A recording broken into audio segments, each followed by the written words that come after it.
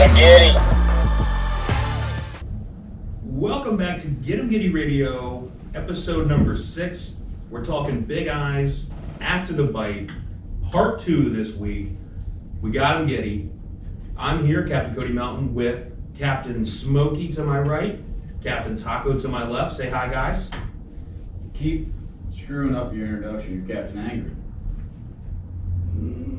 I don't know. I got a video we're going to play a little bit later that you guys can make your determination on who Captain Angry is. You're going to hear the true side of Captain Smokey. Well, we both get nicknames. You gotta get a nickname too. Well, your nickname was God-given. You gave RJ's a few weeks ago. Well, he was sitting in my shed podcasting, smoking cigarettes. I think that was actually goes Steve years ago, right? Because of Steve? The Lord. Oh, yeah, he called you Smokey. Mm-hmm. That is where it started. Yeah. Yeah. You couldn't sit up in the fridge. Well, now you have it enclosed. We should go take a ride with you now. It's a long ride. Yeah. And we're talking Bigeyes. When RJ's hooked up to a nice eyeball, I mean, he chain smokes. So, nothing more appropriate. Before we get too far into it, guys, we haven't hit you with this yet, but we're going to ask that you guys do us a favor, like the podcast, subscribe if you're watching on YouTube. Smash that button. Smash that button. Give us a follow on Spotify. I don't know how Apple Music works. Do the thing where it follows us and gives us some support, so that we know you guys are watching. We're getting our fan base up. We're getting it out there. So yeah, we're gonna ask you to smash that button. All right, and then after that, we're going to do a giveaway this week. That's right, Jersey Nuts Apparel coming your way. And all you have to do is send us a DM on Instagram, direct message, a message on Facebook, shoot us an email, jerseynuts@gmail.com, or text me 609-354-2734. And all we're asking is for you guys to give us a podcast episode idea. It could be a tidbit, it could be an interview, someone you want us to interview on here. Really easy, really simple. Just shoot us the message, we'll enter you in there. We'll give a set of 4 pieces of apparel of your choice. We got sweatshirts, long sleeve performance, short sleeve shirts, lady shirts, camouflage, real tree camo. Oh yeah, baby. So you'll be able to pick your 4 that you want, get yourself a Christmas gift, pretty easy, just do it by December 19th. Again, send us a message on Instagram or Facebook, and or text me or email me. Anything fishing related, guys. If we don't know the answer, then we'll get, Get the right people to find the answer for you. Yeah. Yeah. You want to talk about center consoles? We know center console guys, so throw it out there, okay? And keep moving forward. All right, so if you guys remember last week, we ended the podcast. It was getting dark. You were fishing with Captain Smokey, and you had 6 bites, 6 eyeballs on. You got them giddy. You did the part of getting them giddy. So you got them giddy, and that's where we ended. We're picking up this episode here, got them giddy after the bite. So you got the bite, and we're first gonna hit you with a couple stories from us 3. Real quick, just a couple highlights that we've had after the bite, good and bad. And then we have a special guest for you, our brother-in-law, who caught his first bigeye tuna with us in 2018 in a tournament. It is quite the story. So we're gonna hit you guys with that one. We're gonna get him on here live. We got him coming in via Zoom. And before that, so Captain Taco, let's hear a good story after you got the bite. Alright, you want me to go first? On I Bigeyes. said while we were driving the other day. Yeah. I said, Cody always makes me go first. No, your dad said that. You gotta go first. Well, screw it then. Let's go. RJ, you're up first. Lucky. Yeah, I like that better. Shoot.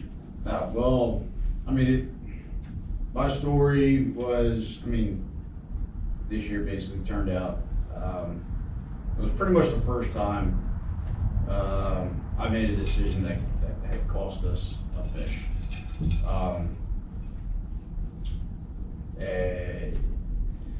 Had two fish on. Had one strong way out the back, had the other one coming in. He was probably about 15, 20 feet down. So we had some weather coming up. She was blowing like 20, 25. Said that, it's actually a hurricane moving up the coast that we were gonna ride in. And like as soon as we got the bites, when she started blowing. Actually, I think this was the end to Taco's story.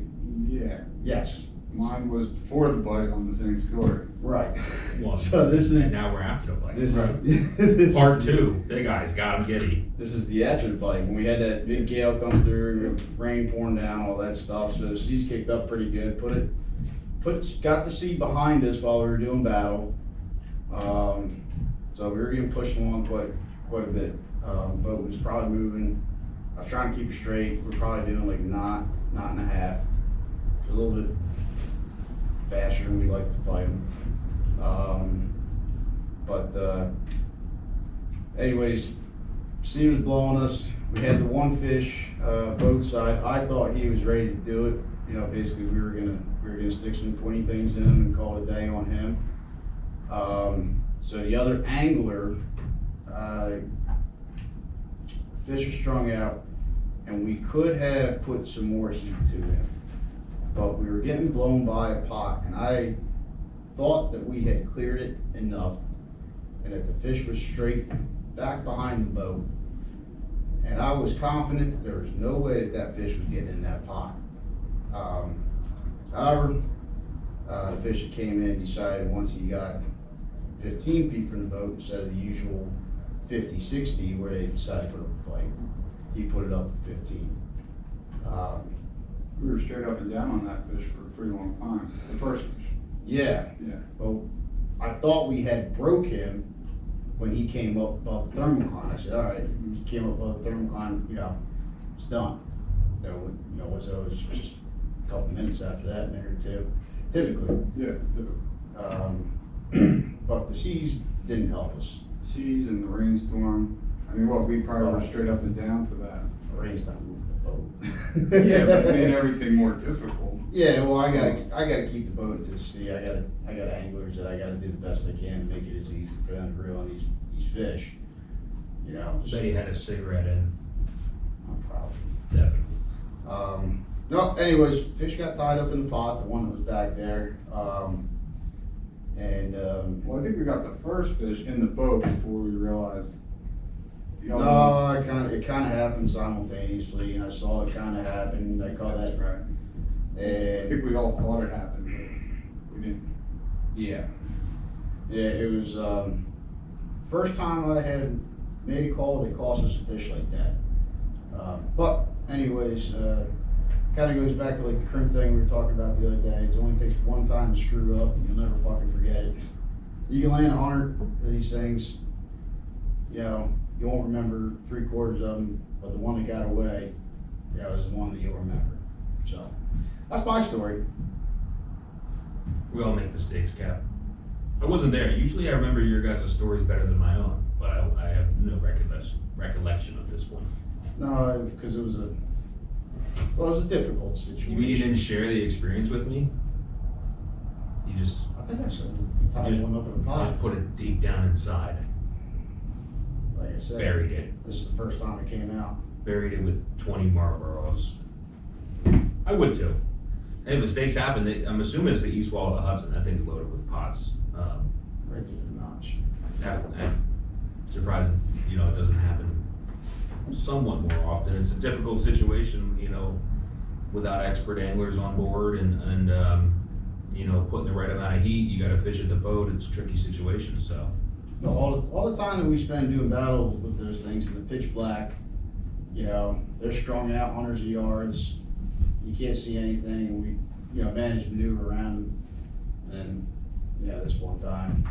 But, yeah, I guess shit happens. Shit does happen. It's not gonna happen again to me. not that situation. Taco, I'm gonna have you go because I'm trying to find the video. I'm getting there. So, my story's a little different from RJ's. Should be We got the fish. Upbeat story. Yeah. So, let's see, this was last season. I was with Cody. We either had 2 or 3 fish on at one time. And we ended up landing the first or second one. But the third fish the first ones came in about a half hour. And then the third fish we got boat side probably like 45 minutes later. And it was probably the only one I ever saw that, just really didn't want to come in the boat. I mean, the first 2 I think we straight gaffed. Oh yeah, I was definitely there. That's right. Yeah. And so this one we took the harpoon out for. Zach was on the harpoon. And the fish, we probably saw it, I don't know, how many times we see it? 2, 3 times come up to the boat. Oh, more than that. I mean, after hours, we fought it for probably about an hour until we actually saw color on it. And then they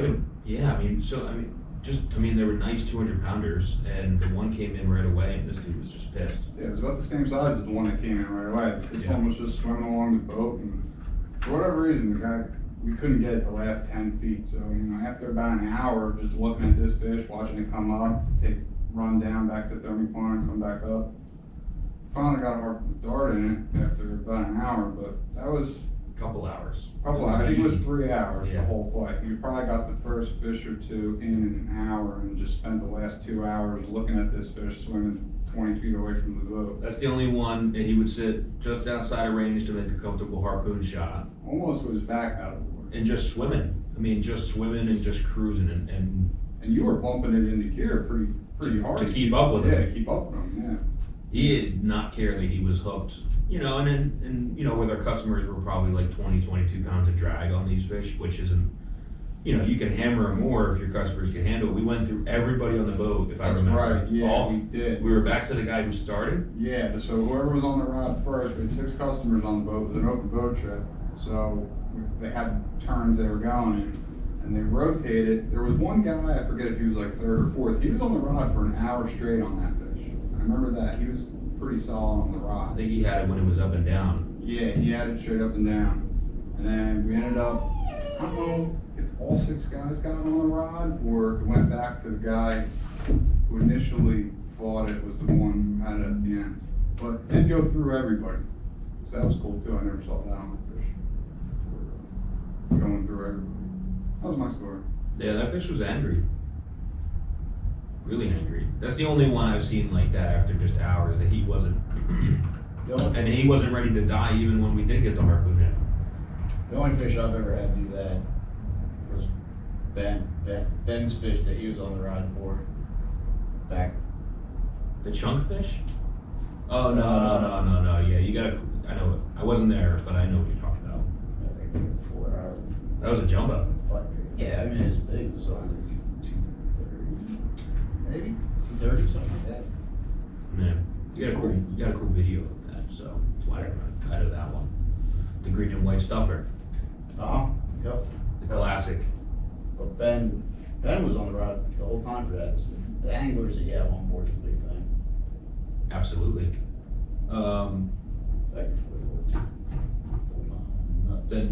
Ben's now. So he probably wasn't that good of an angler. So They're solid. the story of Ben, and no, man, we can't. I really wanted to get Ben on here to talk about it, but Well, they were The lucky first- storms. the first time they came fishing with us, we had a couple Bigeyes, and I remember him and his dad, I think his dad telling us that he was younger at the time, maybe, I don't know, maybe like 14-ish, and his dad was saying that he was going home to get bigger for next time. Because he had to pass the rod with the first big guy that he caught. Right. And then every year after that, we caught eyeballs with him every trip. They were crazy lucky, and he started to get very good. So, story of Ben, It's all technique. all technique. You learned from RJ Young, Yeah, I don't know. RJ has his days. I don't really say much to the guys on the rods anymore. Sometimes, every now and then. Looking good, buddy. What's up? I just make fun of them now. Do you? Yeah, usually it's, you know, you're whispering in their ear, oh, you're doing a good job, and RJ yelling, get the thing in the boat, what are you doing? Yeah. I love having blast the bass fishing guys. Poke them, that's just a little guy. You know, Rats. it's like 3 30-pounders. Yeah, so my story, mine's just, I just smile whenever I think about it. It was this year, it's a smiley story, it's just hilarious. It was this year, we had a group of fishermen that had never, had never tuna fished, I know that for sure. And it was just one of those weeks in the middle of the summer where like the last 4 days had sucked. Which happens, you know, you go through, you know, didn't have anything to go off of. Made the run up to the Hudson and was there by myself. We fished for hours. And these guys, the one dude, Dom, was like itching, right? So, you know, like every so often, like a rigger will pop and the dude would go ballistic. Was just fully fucking ready for something to happen. And we didn't have a touch for maybe like 6 hours. Taco, you were there. Yeah. Like not a real touch. Like a rigger would pop now and then. Hours. Yeah. We That was fished- a couple hours. And I didn't see nothing. And I remember telling like Matt, I was like, all right, we're going Bigeye fishing. And nobody really said anything because they like, you know, everyone knows what Bigeye fishing is. Like, okay, let's get lucky. We had a couple misses and stuff like that, but eventually, like around sunset, we had just Bigeye start free jumping in the spread. I think we hooked 5 or 6, and the people just went absolutely ballistic. And I think I got this video. I think it's the right one.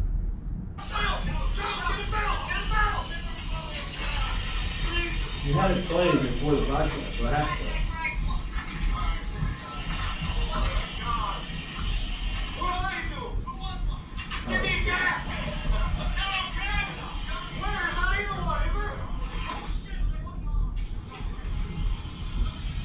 That's all I'm gonna play from. But that was He said, give me a gap. and give me a rods gap. were- The rods were boat didn't currently even slow down. the rods were currently the boat was still in gear, fish were still hooking up, and he wanted to gaff the hell out of something. Because there was 5 on, he was the only one. Yeah. I mean, I think we ended up landing 3 out of it, but that was like, and those guys were so excited the rest of the trip. The next morning, we ended up getting like 4 or 5 more Bigeye bites, landed 3 more. But those guys, the videos of that dude screaming like that was just something that, you know, is why you do it. But that dude was so pumped up. I mean, he wanted to gaff something. I don't think he ever did. There's also a video of him like fighting the fish, just like posing for pictures and stuff like that, but we won't get into that. Those guys are from like out west too, if you remember. They're big hunting guys. Remember, they're the only people that I ever heard that brought the tuna meat to a butcher. They called the butcher on the phone. Get ready. A local butcher? Like I said, I think they were from a couple hours away. They were gonna bring it to a butcher out by them. It was gonna like package the meat. I don't know, I never heard of it. No, I have not heard of that either. Especially, the guy don't know. Think the guy knows what to do with a tuna in Ohio? That's what I'm saying, yeah, they brought it to like deer and cow butcher. You know, see tuna meat? Just like a salmon, you know, just chop her up. Anyway, so yeah, I mean, they had never caught a tuna before, and their first bites was that, and they had no clue what to expect. They were just excited to be there, and it was and the whole time was complete and utter chaos, because all their personalities were like in that video. The entire time I'm trying to tell people what to do, and they're just like talking to each other, and they're like saying, what should I do? The guy said, how many times do you think you said, what should I do? Oh, wow. They just tell him to like reel, and he's just like, what should I do now? Well, you're gonna have to do that for about another hour, so chill out. But cool guys. They tell you the line's not coming in when he's reeling? No, it wasn't that at all. It had nothing to do with any, like they were just so excited at the core. Like just pure, like if you see like a 7-year-old on Christmas. That's awesome. So What's it all about? there was no, like, it's not coming in. It wasn't any of that. It was just like, I want to get this thing. I want it. Yeah. Like, they just wanted it. They were pumped. Yeah. So it was good for them. So yeah, good stories. We are going to break into one of my favorites all time. If you're in our family, we fished a couple tournaments a year together, and you know, our sister met this guy named Steve, who's now married to her, and I think it was one of his first tunas, hooked up to a Bigeye in a tournament, and we're gonna bring him in and get his perspective on it. It was kind of it's a cool situation.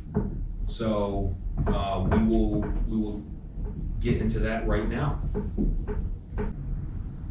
All right, so we now have Stevie Hawthorne with us here. His real name's Stevie. His wife calls him Steven. He is going to talk to us about his first Bigeye, and it happened to be on the Jersey Nuts, and it happened to be in a tournament, and it happened to create a great video. Our entire family was there.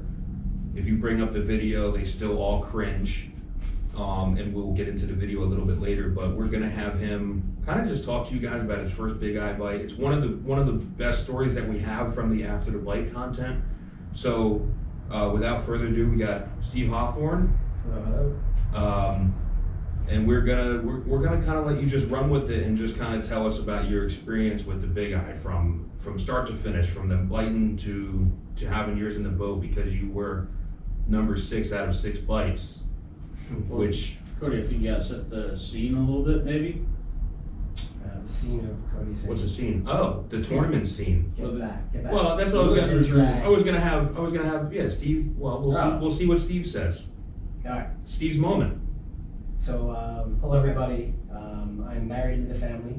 I met and started dating actually back in 13, 14. My sister really call you Steven? She's mad. Okay, it's not Steven. So 2015, I had my first charter tournament, or I say charter, just tournament with the Get Em Giddy group here, and I didn't know what to expect, and pretty much hands off, like just watch. So okay, cool. It was an experience. I've never been deep sea fishing, so it was something I'll never forget. And I think that tournament was the Beach Haven white water tournament, and we brought in a pretty sizable Bigeye, because I remember it put it in a big bag of ice. And there was a guy on there, and I don't remember his name. There was a guy that I guess wants to tournament fish only and paid money to tournament fish with us. The guy's name, I might recall him, I don't remember. This is 2015. Oh, I think it was Andrew. Andrew, yes, that sounds familiar. Yep. So I was blown away. Like, this is awesome. But I do know they don't really understand and appreciate the seriousness of tournament fishing as opposed to charter fishing. You know, charter fishing, it's about the customer, right? And you want to make their experience the best. I get that. Tournament fishing is serious, and it has to be, and I understand that. So when you grab that rod, you better know well that that rod is yours for the duration of getting the fish in the boat. Right? Oh yeah. Yeah. So. And the duration, which I think you had caught a yellowfin or two, even like during the day prior to this eyeball bite of a Bigeye is just a whole different thing than you can actually comprehend before you grab that rod. Correct. And I thought I knew what I was doing. I thought I could handle it. Obviously, I did get it boated. Well, you did handle it. I did boat it, yes, it was boated. But the process of, it was just a weird time because at that time, there was 6, I believe, right? Was there 6 that were 6, on? yeah. So 6, it was flash, blink went out, there were 6 on. And for some reason, I was the one who was the last one to grab a rod, or the one in the back of the cockpit to be told to let it drag. And if anyone knows what that means, just let it go. So let the fish run. And I did what I had to do. The deepest rod, right? So we had 6 come up. He grabbed something obviously that was the longer or whatever. I don't know exactly. Fish dumped a lot of line.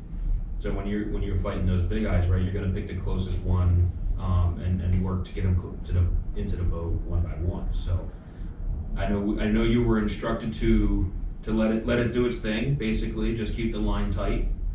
You know, and I guess we won't spend too much time talking about the other 5, but we got the other 5 into the boat, and then it was your time to shine. So It wasn't my time for sure. it was Steve's time to shine, It's time for Steve to reel on that winning. and I'll tell you what, I'll tell you, An hour later, a half hour, 20 minutes? it was probably 45 minutes 45 to do the dance and get them in, to get the other 5 in was probably about 45 minutes, which was decent work. You know, we had decent anglers. Yeah, 'cause what the big one was, like 150 maybe? Yeah, but the thing was, we knew that we didn't have the winner in the boat yet. So I think, and I'm just spitballing here, I think Smokey really had his sights set on that being a 200-pound eyeball that Steve had out there still, because he was dumping line still, and he was doing his thing still, even after 45 minutes. So because of that, I think the seriousness of Smokey combined with the just truthful inexperience of Steve created a little bit of tension. That's an understatement, yes. There was some tension. And, you know, there was a lot of action going on behind the scenes, and then I didn't really appreciate it until well after the fact of how Well, grown men don't like being yelled at, No. or called 12-year-olds. How aggressive RJ was in getting his fish voted in the proper way without any help. I'll be honest with you, I was dying at some point. I was literally dying. So I'm gonna play the first few seconds. Fucking 12-year-olds grilling fish better than you. You got it now. You don't have a choice, man. You gotta fucking got enough. Yeah, that was the. I mean, that's just a clip, people. I mean, this went on for at least 30 minutes. RJ's hat was off, cigarettes were thrown, there were lighters in the cockpit. He offered to come down for some reason. And I was in the cockpit this entire time. Yeah, I mean, that's just a moment of the intensity. Unless you're really there, you don't get it, but, you Yeah, know. and I think that during that process, Cody was definitely the good guy, like staring me in the face and saying, Oh, would you say RJ was Captain Angry at this "Oh, time? That was, from what I understand and what I know now, it was beyond I angry. was definitely Captain. What do you got? Angry. Top That was like a little bad cop, good cop going on.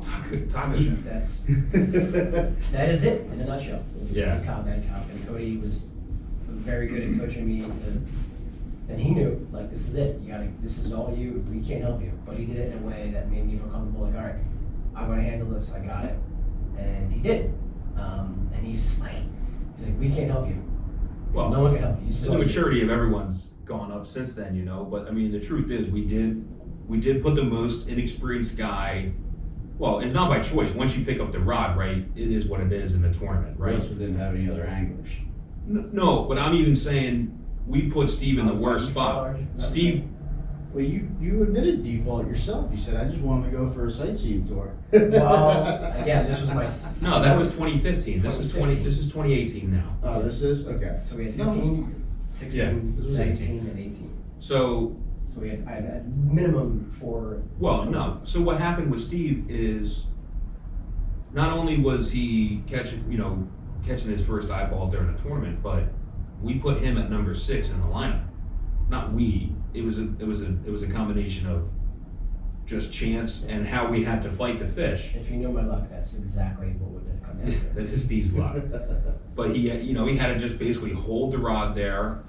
We don't keep 6 harnesses on a boat, so he was straight arming it for the first 45 minutes, and it was a crappy situation. And there was a point where Steve, almost just, threw in the towel.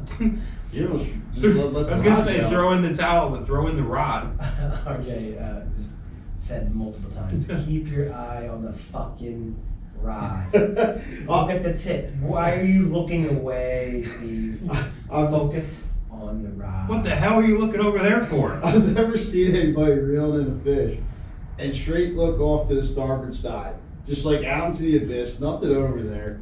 The fish is off the back of the boat. He's just gazing into the clear blue yonder. I'm just like, Trying to compose myself. I was beyond confused. Well, I mean, you, Yeah, I mean, and I would bet, I mean, this is something that we have no clue on. How many people actually fight their first Bigeye start to finish themselves? oh, very few. Very few. Very few. Right, so you did something and a tournament legal start to finish by yourself. Pretty impressive. Just some bumps in the road as we went.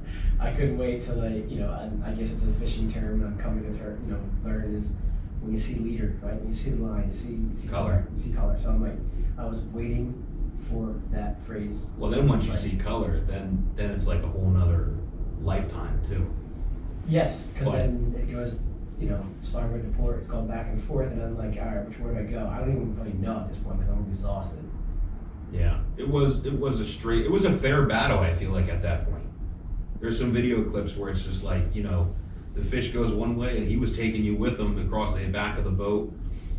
Was it a bigger fish or was it the same size as the other one? It was, was it the one that we, I thought, No. it was one of the ones that we actually weighed because you can only weigh 3. And well, I do know it was one of the ones that we weighed. I just don't know if it was, I don't know. I think your fish ended up, because we took second and third that year. I think your fish took third. And if I remember, Chris's was the second place one.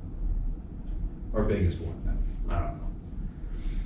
But it was the same size. It wasn't the 200-pounder that we were hoping for. It was a result of, and some people see it on the boat with us. You hook up 6 fish, the ones that are deeper, they stay with the lighter drag, and it just wore on everybody to the point where it became a very interesting fight. yeah. Plus, I kind of knew that the quicker I get the fish on the boat, the quicker we can go back out.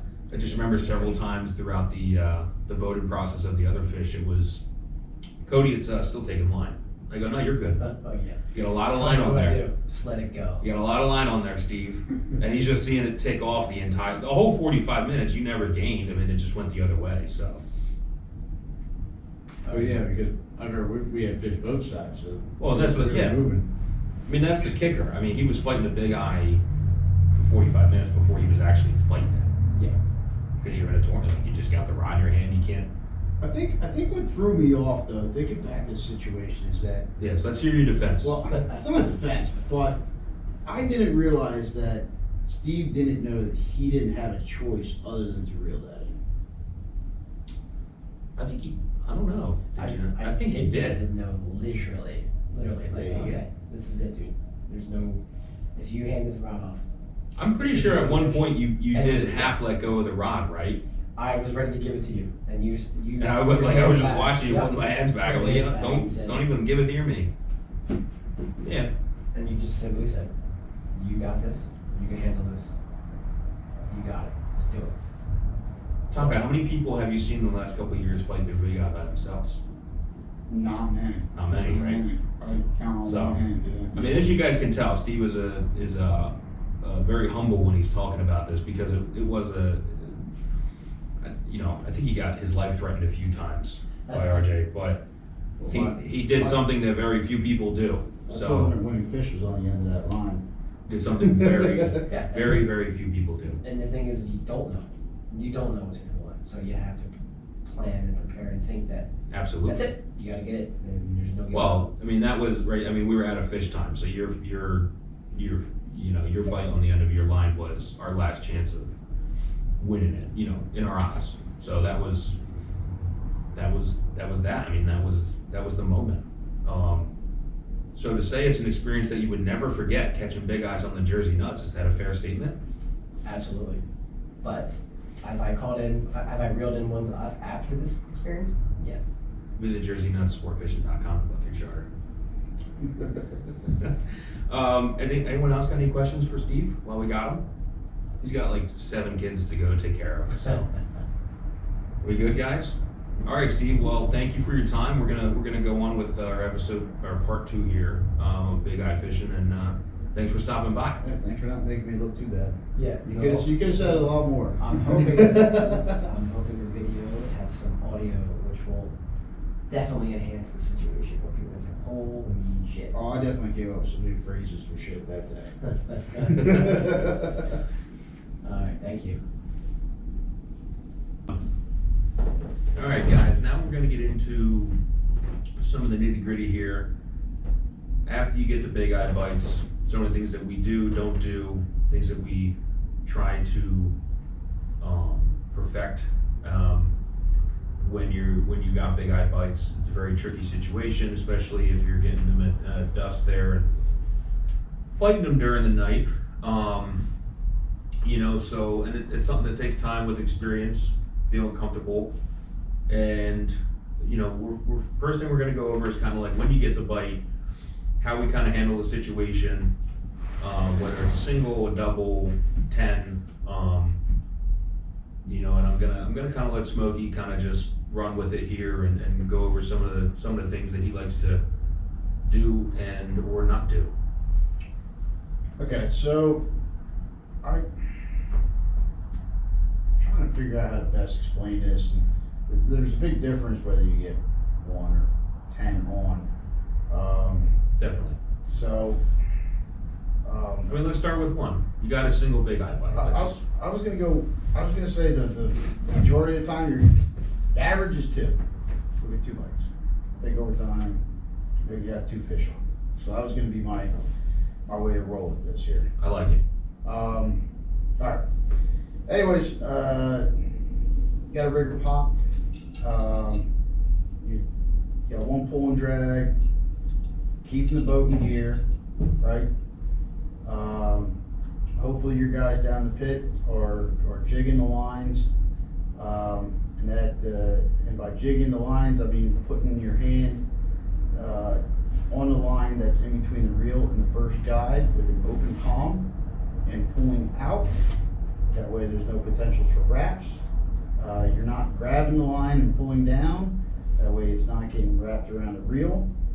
As a pet peeve of mine, just make sure they're jigging lines correctly. That way everybody stays safe and lines stay intact. What's the idea of jigging lines? Why are we jigging them? Just gives them a little more action, gives them a little bit more like the baits are, running away from that T-Rex, I think, as you put it the other day. Just trying to get away. Dinosaurs are real. Trying to be squids, jump out of the water, get away from the big fish. Yeah, so I mean the idea that you're looking for is kind of those baits to make some sporadic movements, right? They see predators, they're scattering. Trying to make it a little less uniform looking. Scattering, jumping, diving, Yeah. they're scurrying away from that T-Rex. Nothing in Mother Nature is square, and your spreader board is square, your chains are square, so that jigging action will give them that I would say we probably get appearance. another, I would say 30% of our bites, 40% of our bites come from jigging, 30? Directly on the jig lines? Yes. Yeah. You got a single bite, you're jigging them up, it's not gonna work every time, but you get a lot of bites from it. I was trying, coach you guys too, to jig the lines that are closest to the line that had gotten eaten. Mm-hmm. Usually you're getting your bites on one spread or the other. If you're getting them on the left side, you may be able to pull a bite on the right, but more likely you're gonna come back up on the left. So, another small thing to keep in mind. So we jigged them when we got another one, is that where we're at? Tight on 2, baby. Double up. First things first, make sure these things are not getting tangled in anything. They like to come up, they like to eat sideways, run across your spread. They'll cross each other, they'll cross your other lines that you got in the water. The way I always put it to the guys that I got down the pit is, you're looking downfield. That's your field back there that you're working with. You always gotta have your eyes downfield. Before, I can hear you breathing a lot. it's just my thinking, breathing. Always serious about big eyes. It's getting hot and heavy in here. Maybe just stick my head off. Anyways, tangles. Work on tangles before those rods go into anglers' hands. Any of that, you're moving your gear around. just make sure that, ideally, those fish your boat's still in gear, those fish are gonna be back behind your spread once you get everything untangled, and hopefully they swim out in opposite directions. That's like, ideal. Other than that, get your eyes downfield, you're constantly checking those lines, making sure they're not crossed. Once that's kind of settled down, you got your boat out of gear now, you're starting to come back, you're sitting there like 3-4 knots or whatever. If you have some sort of sea condition going on, I'm gonna say anything over 4 foot, as a captain, now is your time that you should start considering how you're gonna go about trying to get the boat turned up sea or down sea, preferably down sea. But you don't always have an option. Simultaneously, your guys are down the pit, getting your anglers strapped in or harnessed up or whatever you're doing down there, getting them, holding the rods with a belt on, stand there ready to reel when you are able to fully bring the boat to a stop. Generally, You doing anything with the drags? Anything with the drags, from the strike point to settling in, or when you're adjusting them or never adjusting them? well, so this is, what we do, right? It's all preference, and this is what's worked out for us. The drag on our reels at the bite is set to about 14, 15 pounds. And it's a little bit lighter. Fish still gonna get hooked, you're not gonna have a problem with that. It's not gonna take any more or any less line. What that is gonna do though, is gonna make it a little bit easier when you're maneuvering around the cockpit. Untangling stuff. Also, it's not gonna create a large amount of friction if you do encounter tangles. It can be a little bit more of a difficult situation for us to deal with in our situation, because we got 6 guys down the cockpit running around like chickens with their head cut off, and we got 2 mates down there that are trying to instruct them what to do. It turns into a full contact situation. Well, right, but I mean, our end goal of our drags is 20, 22-ish pounds. When do we? So we get to that 20, 22 pounds after where I was at. Oh, okay. Yeah. Well, kind of almost right at the same point. Boat's slowing down. Hopefully you're going down sea. Hopefully your lines are entangled. At this point, you can start kind of making judgment calls. Your flat lines, your tip top rods and stuff like that. You pull them into the boat. They get put away in a secure location. Hooks not on the cockpit floor. It is important that you stay neat and tight. During this whole process, you don't want shit thrown all over. So you're not the place. clearing lines until after you turn the boat, etc. Well, simultaneously. Okay. That's after simultaneously. But that's after you start turning the boat, after you're sure that your lines are not tangled and the fish are clear out the back. That's when you just start maybe maneuvering the boat, 10, 15 degrees, a little bit at a time.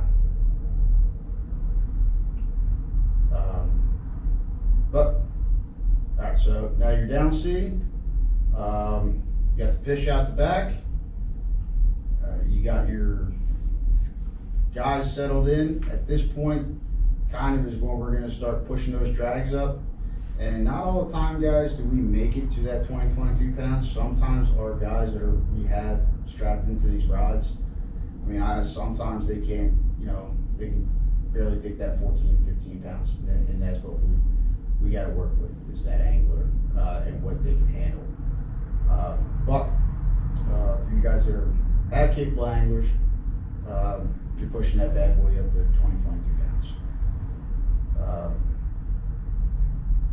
And Right now, you're kind of just settling in, you're moving the boat as little as possible. If you have an angler that can't really keep up with the fish, as the captain, it's your responsibility to kind of keep the boat moving a little bit faster. Or if you got an angler that can really put the heat on them, then, I mean, sometimes we got good anglers down there, I go dead boat right now. You know, if we have good sea fishes too. So, I mean, at this point, you're kind of settled in. You know, you're at the point where you're ready to do battle for the next 45 minutes, hour, 2, 3, 4, whatever it is. You know, and yeah, I mean, that's where we're at. Because, All right. right? Did I forget anything? I think you touched upon most things. I mean, I bounced around a little bit.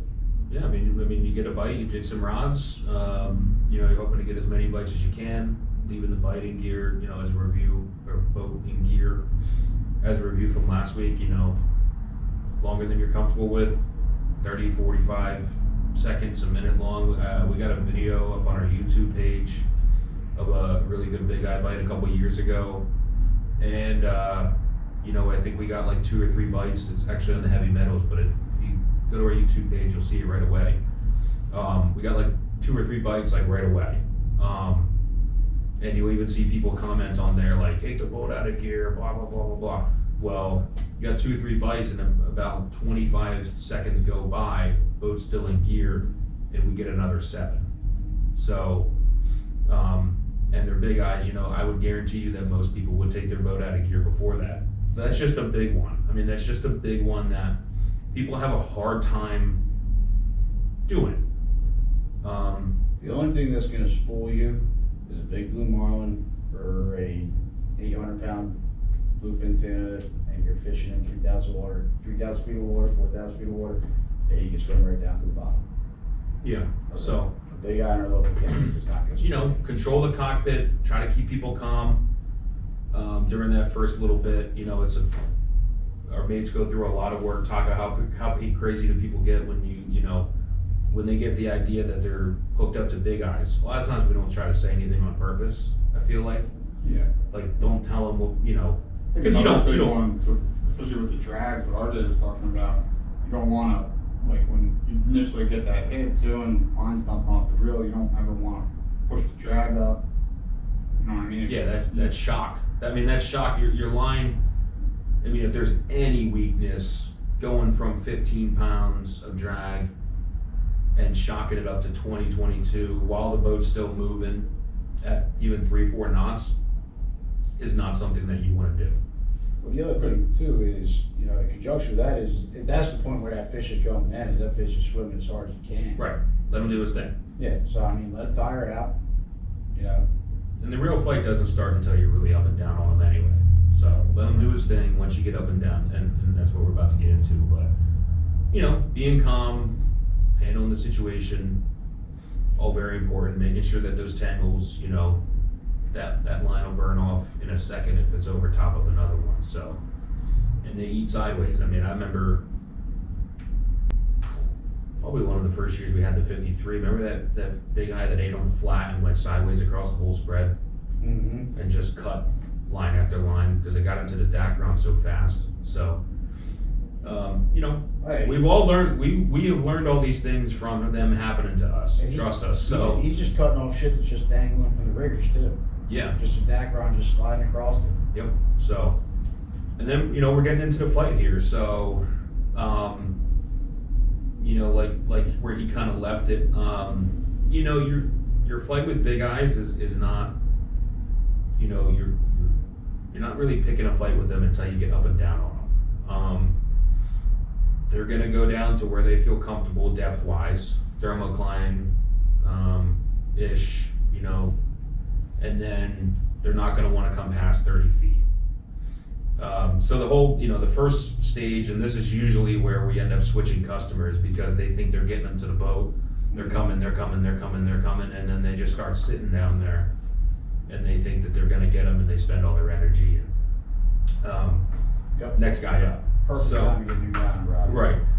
You know, and that's when you know the line's tight, and that's when you're really using your tools. That's when the rod really comes into it, and your angler, right? So, and this is the tough part with us and just the business that we're in. You know, we have a lot of very inexperienced people. So we'll go over the ideal situation. Ideally, you're up at 22, 25 pounds of drag, and you're working the fish. You're up and down on them. You got your harness, you got your belt, right? You're strapped in, you're in a comfortable position, and the easiest way to do it is if you're in some seas, which we are most of the time, keep the line tight, reel on the wave down, lift on the wave up. And you know, you're not lifting like you're carp fishing here.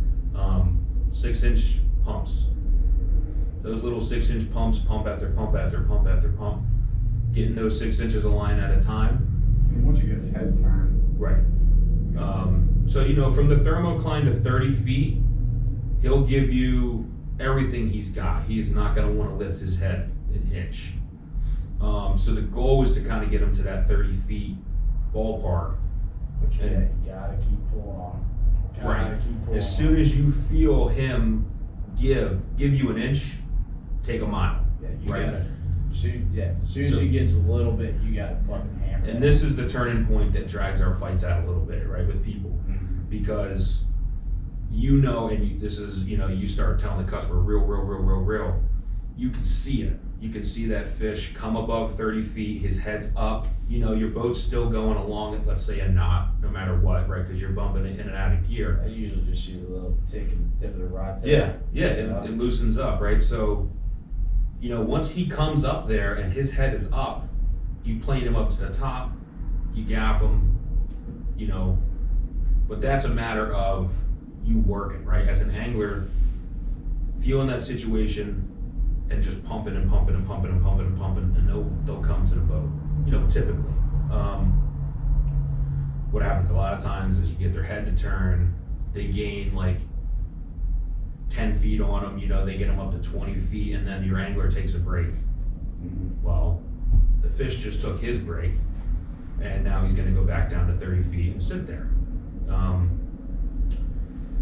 You know, people will fight them up to like 30, 35 pounds of drag if you got the right people on the rods, but that's very few and far between. So, I mean, the fight, and you gotta let the fish do what the fish wants to do overall, all right? If that 200-pound big eye wants to go, you're not stopping. So just know that, you as an angler. If you're fighting a fish for half an hour, and he's sitting in a thermocline and you're at a decent drag point, well, really at this point, you're stuck with wherever you're at, okay? And he starts taking line, which we run into with customers. Do not touch the drag.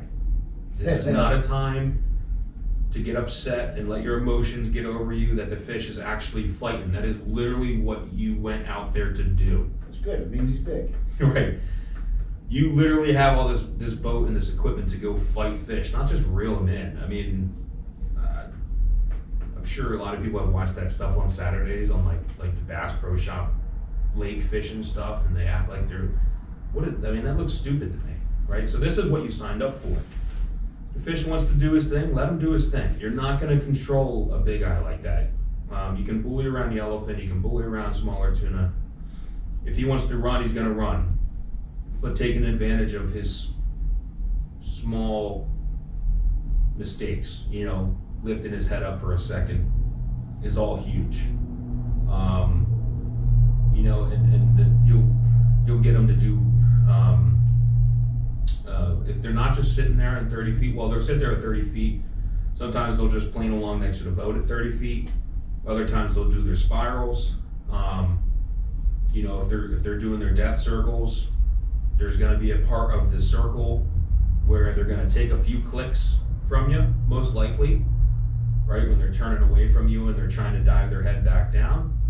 And then the reason they're coming back around, the reason they're doing circles is because you have a hook in their mouth.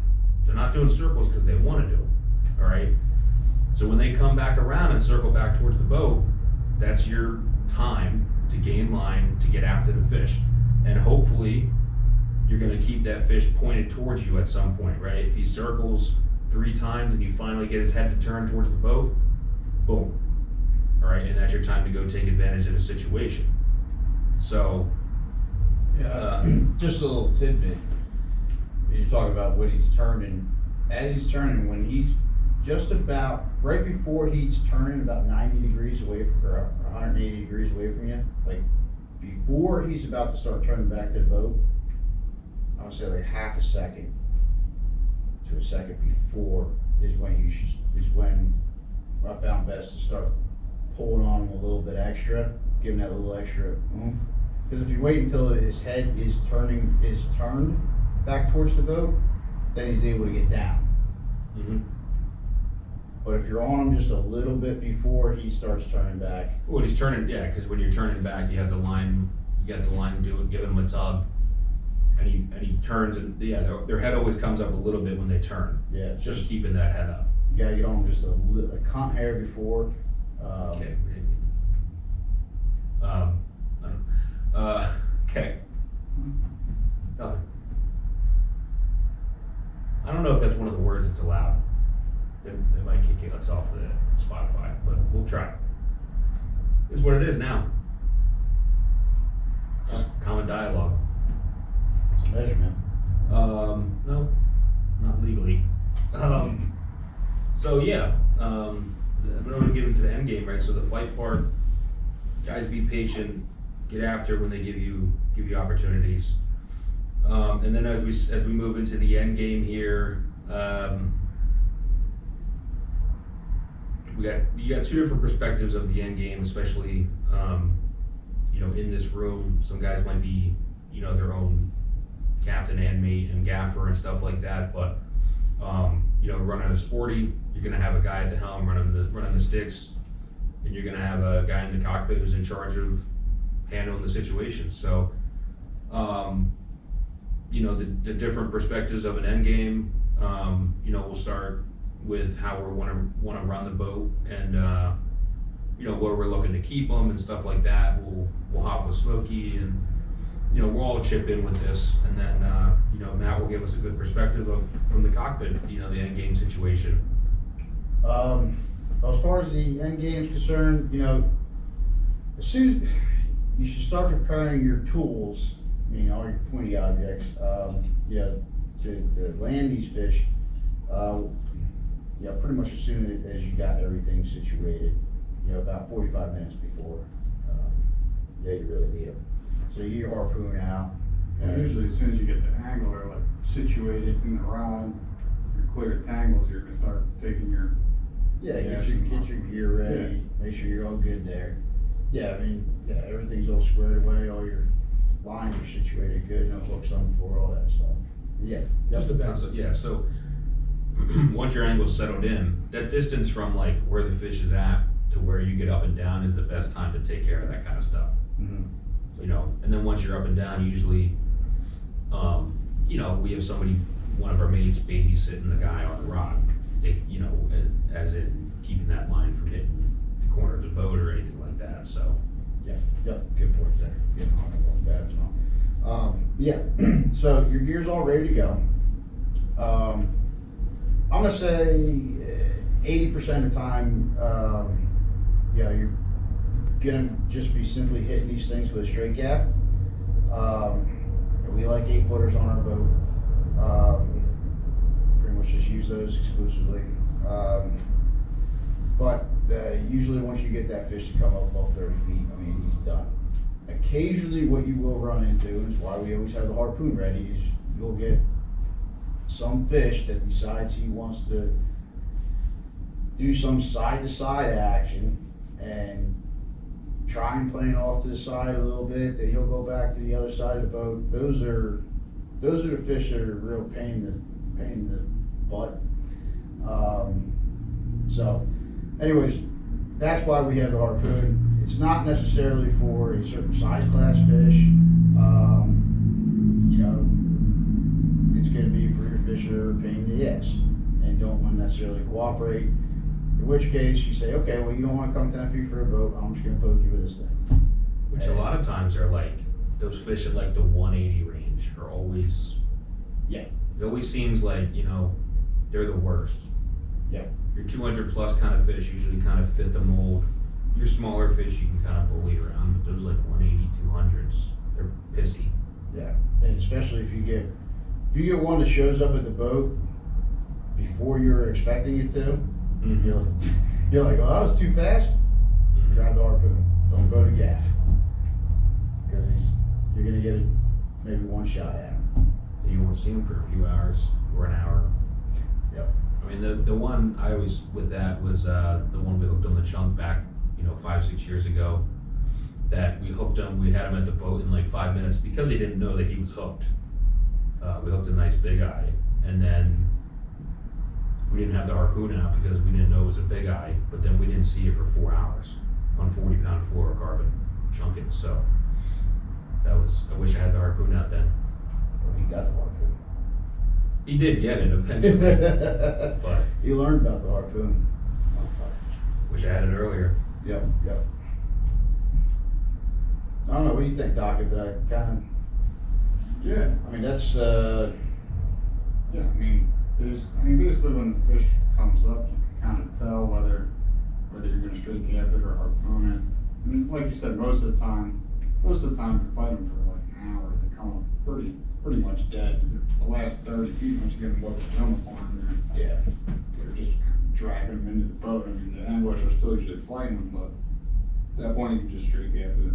Yeah, you get the ones that decide they want to be some sort of hero, those I are mean, all. if you get one after 45 minutes, half hour, 45 minutes, that's at the boat, it's still swimming upright, I get your harpoon ready. Because So if you don't know, it's always better to have. you already, well, yeah, I mean, you're gonna have it ready, but I mean, that's probably, I should just say that that's gonna be one that you're probably gonna harpoon. If they're still just swimming along like nothing happened, you got yourself a feisty one.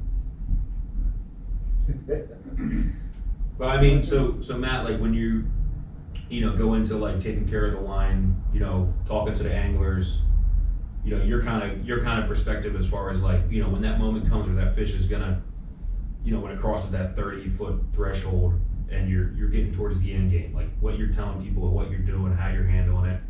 Well, usually, I mean, like we usually have 2 guys in the cockpit, so there's usually one guy that's babysitting the angler, or whatever you wanna call that. And that person's pretty much, talking to him and kind of mainly watching the line, make sure it doesn't rub against anything, make sure he's going to the right side of the boat, especially if you don't see the fish, you're kind of watching the line, trying to dictate if the fish wants to come up on the port or starboard side.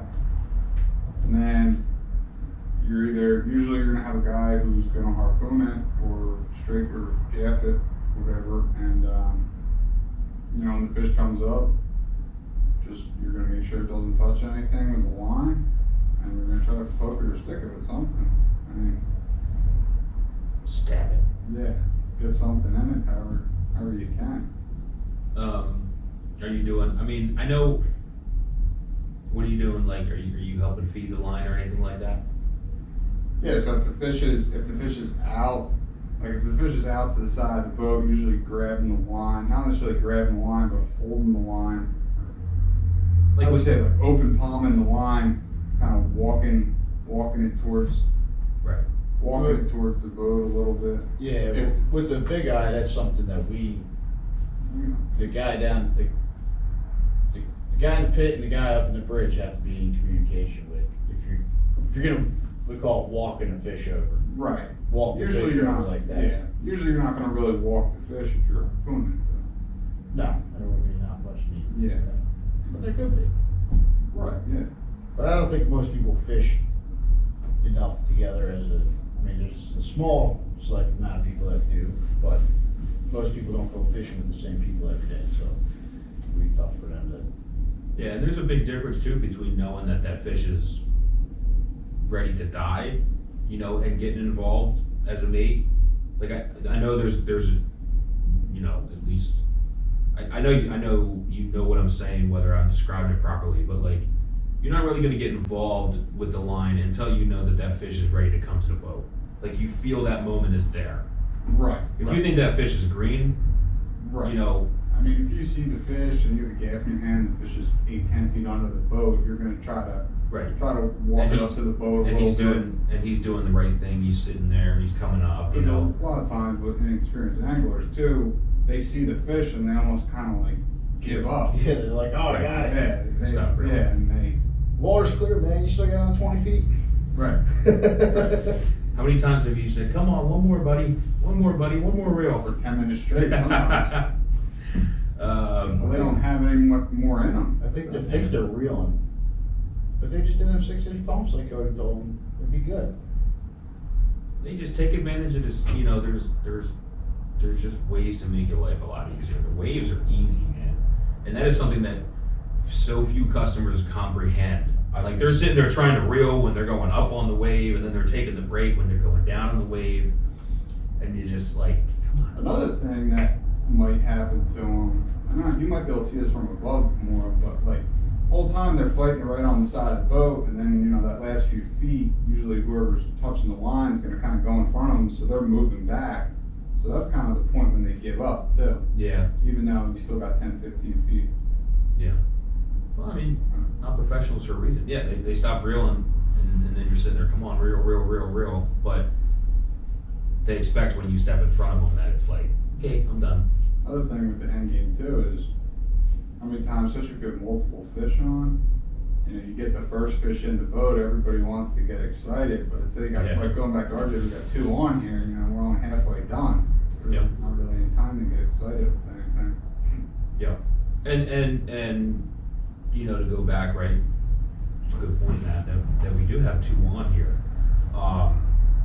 And as you progress into like what I was talking about with the fish up and down, I mean, you would much prefer to not have 2 fish up and down underneath the boat at the same time. So we're always, especially with Bigeyes, we're always gonna be coaching as we go, and we're gonna be trying to keep one a little bit off the back of the boat.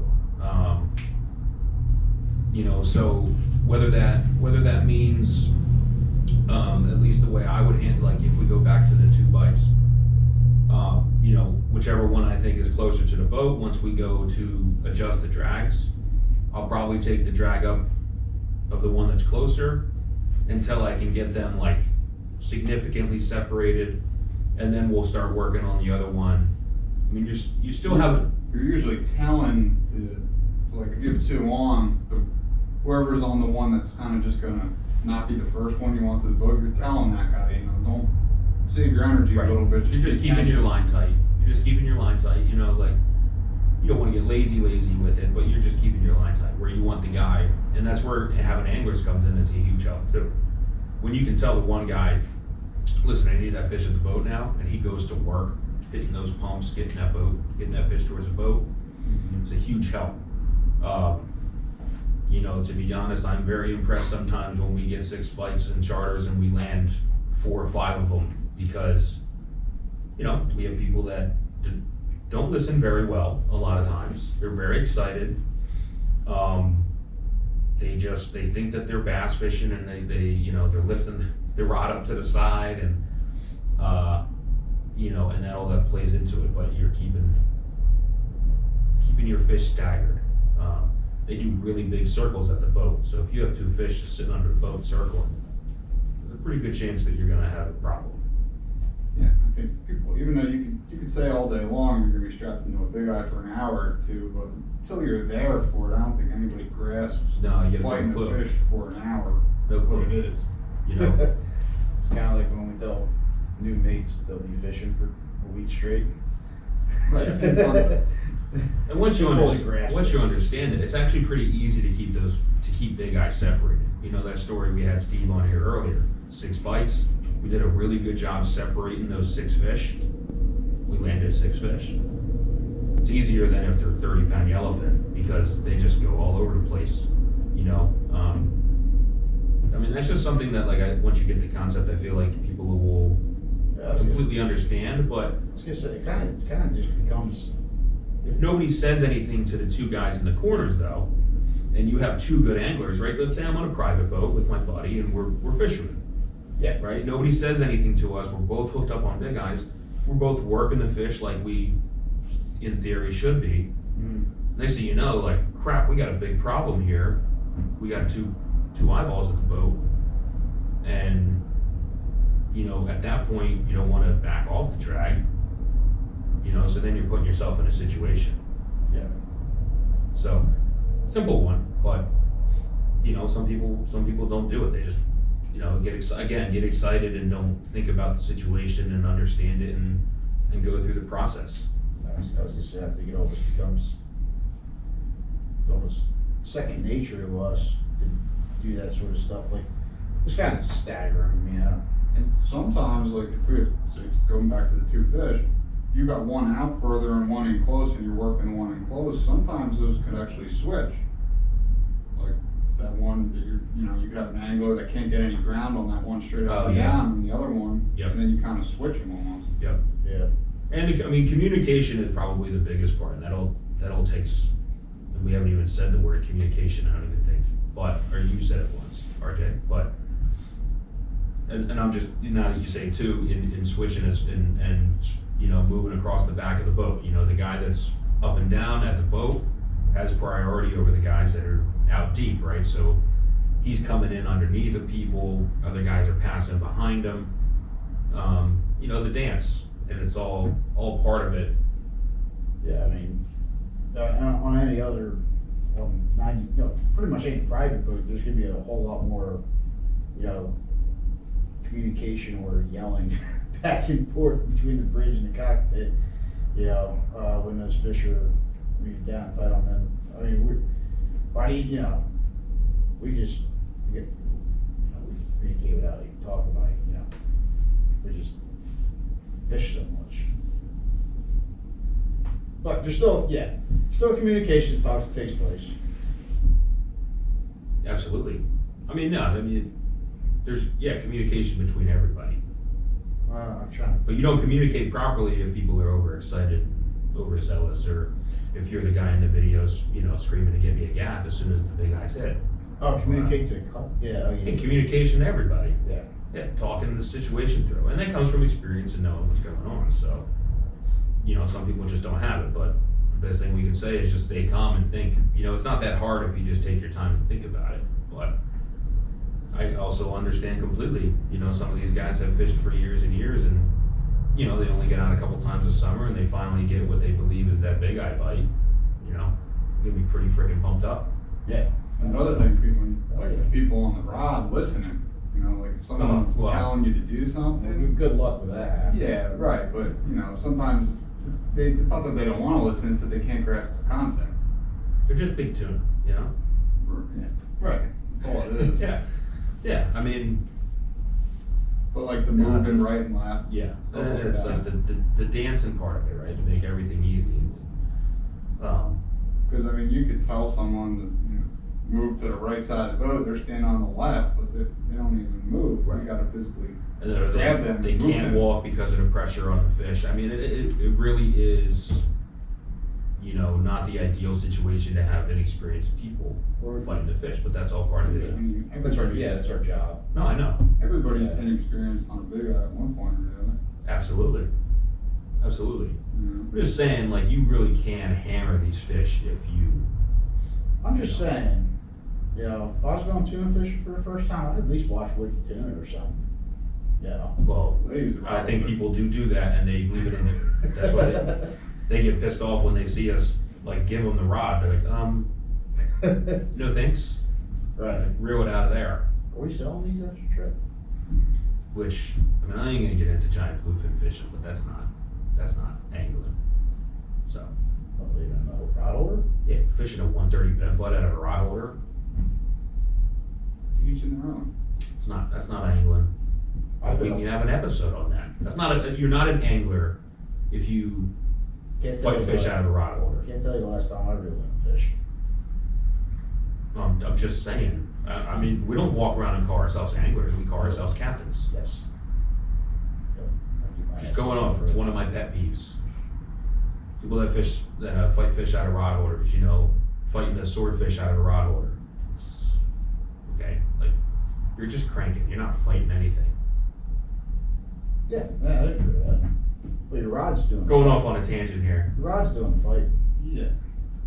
Yeah. There's not an angler involved. That's why your rods have to be so long, obviously. If you've ever fought like a fish, right, and gotten to the point where like your legs are shaking and you know you've been on it for an hour strapped into it, you know what I'm talking about. The guys that have a rod in the rod holder when they're just, you know, if your hand hurts. Question for you. Is it more sporty to put it in a chair? It is than a rod holder How so? You get your legs involved. because you're still forearming that puppy. What if you got a bucket? You strap it into the bucket. Well, it's like a harness. You're still using your body a lot more than you are in a rod holder. Yes. I'm not saying, I mean, the chairs, we don't use chairs either, you know, but Well, you see some of those guys catching giants, they're driving the boat and reeling the fishing and darning all by themselves. I mean, commercial fishermen, yeah, I mean, that's their livelihood. I'm not knocking commercial fishermen. I'm knocking anglers. People call themselves like, you know, people that travel around, right? People go to the Gloucester to catch these giant bluefin that they reel in a rod holder. Like, go up there with a 50 wide and a hook and strap me in, and that's way cooler. We got way off topic. I did that. All right, the fish is in the boat now? Yeah, we got our pointy things out, M. Well, it might not be in the boat, but it's at least got something in it next to the boat. Make sure your boat's still pointed in the direction you had it headed. Yeah, we're not big on dragging them.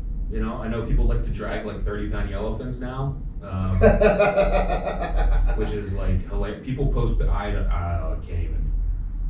All these center consoles that catch tuna now are putting like they're hanging off the side of like tail ropes and stuff.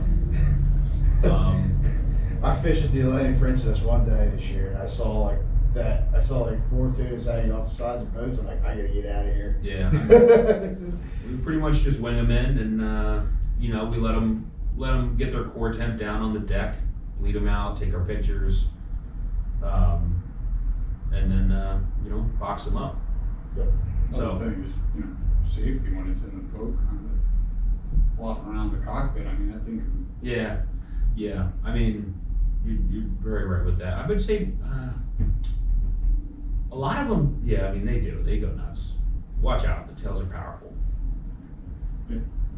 A lot of them are like dead, but there's always some that throw a fit once they get in the boat. And that is, I mean, dragging them, you don't have to deal with that, but our job's to get meat in the boat, so it's not safe until it's over to go. That's how I feel. I've tied off a handful of them. Yeah, I mean, that's just it's not standard practice for us. Right, with a single, if it's a big fish, if I felt like it came in early, I'll let it hang over the side of the boat for a few minutes before we get the ship back in the water. But Yeah. on that, There's nothing wrong with dragging them. I mean, there's something wrong with hanging 30-pound yellowfin off the side, but just not something. Well, I think they do that so they don't get blood in their boat. I think they do it because they want to take pictures. I always thought. Other people, the center console's running packs. So other It's like other center consolers take pictures of their tunas hanging over the side, and then they send them to them, and they post them on the Facebooks. They're the same guys. They'll post a picture. I do respect that statement, Taco. That's what I always thought it was for. But they're the same guys that they'll bring them in the boat. I've seen people, or at least it looks like the photo trail. They'll bring them in the boat. They'll do that one where they hold them under the gills and they get blood all over their grudins. Right. You gotta sit up on the front. Even though it's 110 degrees out, apparently you need a nice thick layer of grudins on. Take the picture There's no other way to go send. and then tail wrap them and hang them back over the side of the boat.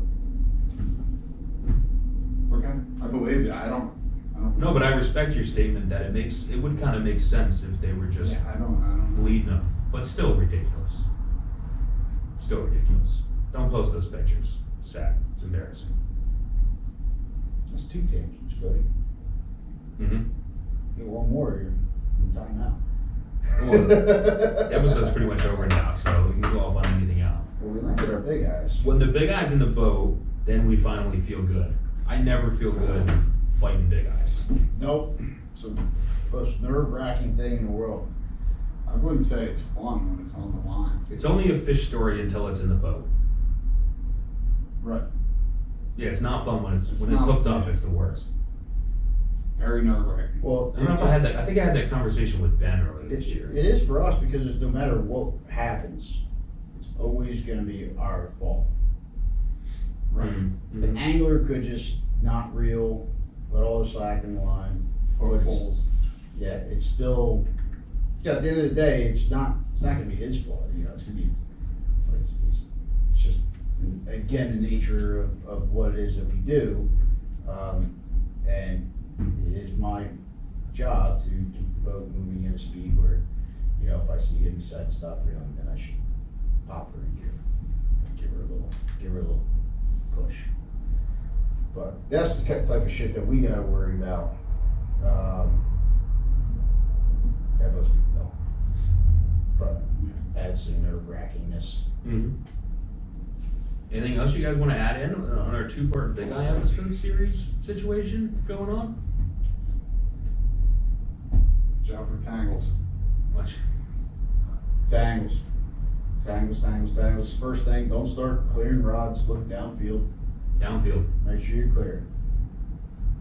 Look downfield, light up a smoke. You should keep it in gear long enough to look downfield, light up a smoke, ask Matt for a Mountain Dew, That's the attitude. get your Mountain Dew nice and cold and in your cup holder up in the bridge, and then go, man, I'm only gonna get one. Then pull it out of gear. You might even have time for a burrito. But they take 90 seconds. Maybe too long by the time you get it out, put it in. Yeah. Anyway, I hope you guys enjoyed our little Bigeye part 1, part 2, Get 'em Giddy, Got 'em Giddy, before the bite, or getting the bite and after the bite series. There are a lot more details that we can go into, and we will go into smaller episodes with smaller tidbits as we go. But Read my mind. Like I said, there's a lot more technical stuff that we could address. wanted to get you guys a cool little two-parter going here. Remember, we're doing that giveaway. Get it to us by December 19th. Shoot us a message, email, text, this, that, and the other thing.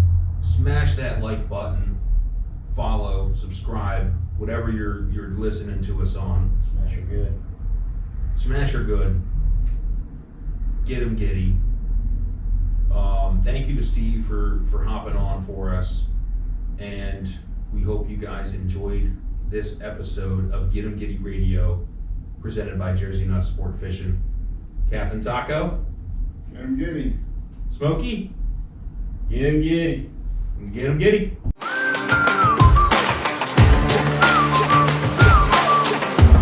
Get 'em giddy.